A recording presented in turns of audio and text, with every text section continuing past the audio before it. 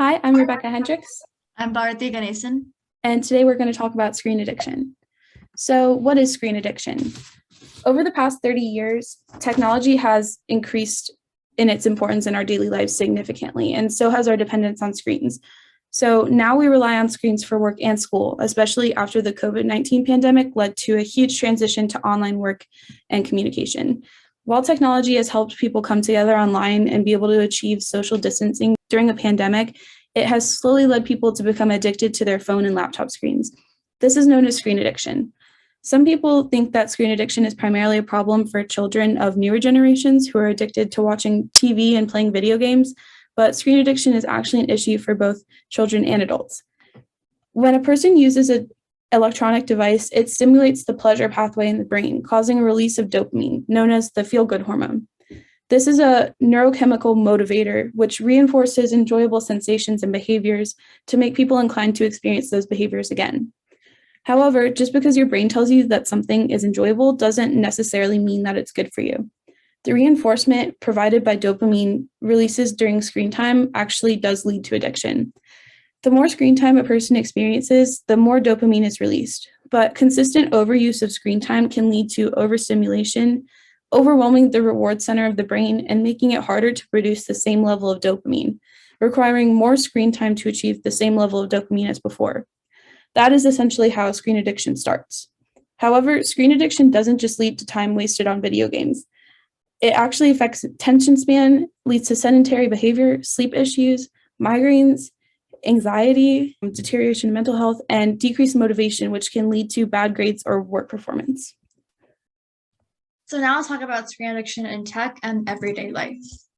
So first off, as technology becomes more and more prevalent in day-to-day life, children as young as 2 to 3 years old are being exposed to screens much earlier than in the past. And this extensive exposure to largely unregulated screen time can negatively impact the minds of young children and lead to other attention deficiencies in the future.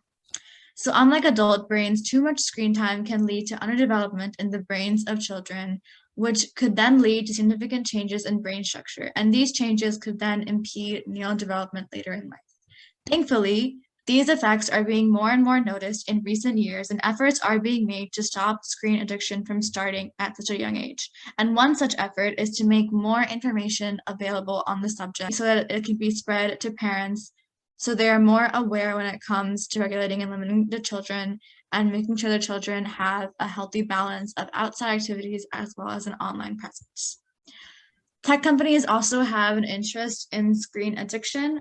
For years now, tech companies have collected data on their users in an effort to make their product as addictive as possible. And from a company's perspective, that makes sense. The more time you spend on a product is equivalent to more money that you'd be willing to spend on it. So having it be really addictive means more money for them. However, in recent years, these companies have noticed a trend in phone usage and seen this addiction to the screens in their users. And recent years have seen companies try to make an effort to reduce and reverse the effects of the addictiveness of their apps and services. One such example is Apple, which rolled out some new tools in iOS 12 that are aimed at reducing screen usage.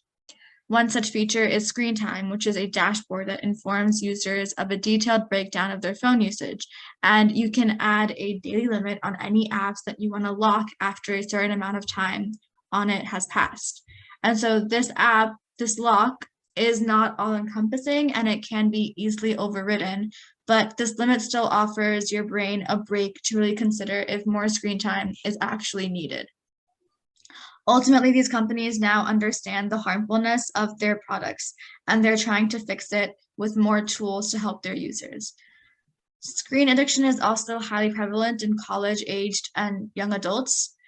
A significant issue is the fact that screen usage is so common in this group with phones, laptops, computers. It can be hard to differentiate when exactly screen usage is normal and controllable versus when it starts to become addictive and out of control. Because of the role of technology in modern day education systems, it's so standard to have an online assignment or to have to use your phone or laptop for something. Young adults can become addicted to screens without ever fully meaning to or even being aware of it in the first place. So now that we know how screen addiction appears in different groups of people, let's talk about some statistics on screen addiction. Since 2000, the time spent online per week by the average American has increased from 9.4 hours to 24 hours, which is an entire day that Americans are wasting online. It's also very prevalent in college students. So about 60% of college students consider themselves to have a smartphone addiction, whereas 40% of all smartphone users admit that. In fact, college students spend about 3.93 hours online each day at a minimum. 57% of American users admitted that their screen time increased by more than an hour per day ever since COVID-19 lockdown began, which is understandable considering that everything was online.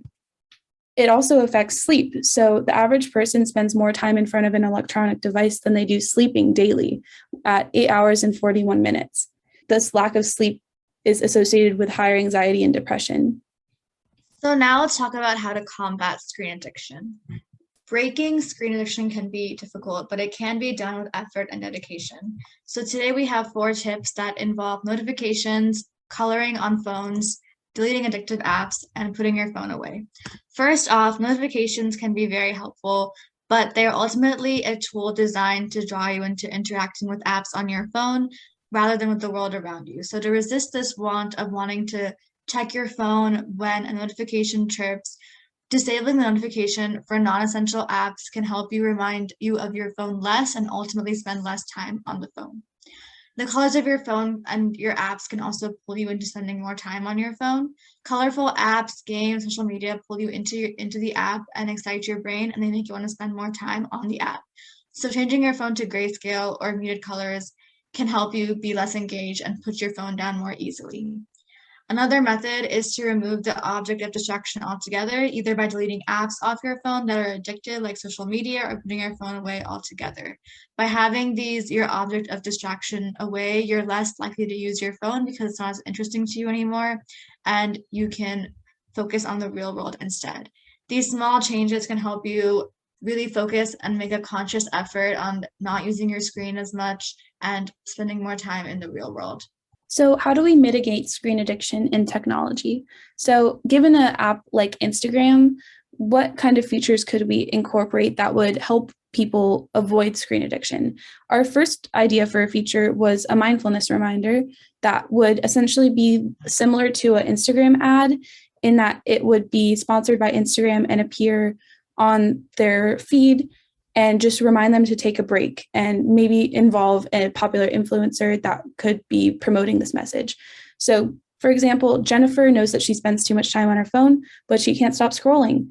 And the next time that she uses Instagram, she spends too long scrolling again. But this time she has her mindfulness reminder enabled. So after 30 minutes of scrolling, she gets her reminder. It helps her snap out of it. And instead, she goes and takes a walk with her dog instead.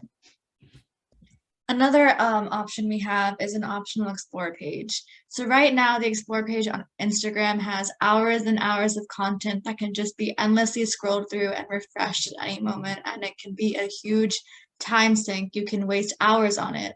So if we have this optional explore page, for people like Max who get bored pretty often and spend a lot of time on the explore page for entertainment, when it's disabled, you now have a lot less content you can possibly go through on the app, which then makes the app less interesting overall and makes you want to put the phone down and saves you a lot of time. And now Max can go to the gym and burn off some steam or do something else instead of spending hours and hours in the explore page. There's also a grayscale option that we're going to offer in our new app, which will put your phone onto grayscale and have muted colors instead of the bright, colorful graphics that your phone normally has. As stated previously, having bright effects and graphics and colors on your phone make you want to spend more time on it. Just like Ivy here, who knows she spends too much time on her phone, but the graphics pull her in. Even though they cause eye strain, she's still really engaged in the phone. When she switches to grayscale mode, and she naturally wants to put the phone down herself because without the bright colors, the app is less interesting, and then she can focus more on the world around her and less time on Instagram because she has created this healthy relationship with the online world and is healthily self-regulating her app usage. And here is a wireframe of what all these features would look like when they're incorporated into our modified Instagram app. As you can see, it has optional settings for each one and the wireframes for each feature that we discussed. And that is how we hope to mitigate screen addiction through our modified Instagram app. And here's our references. Thank you.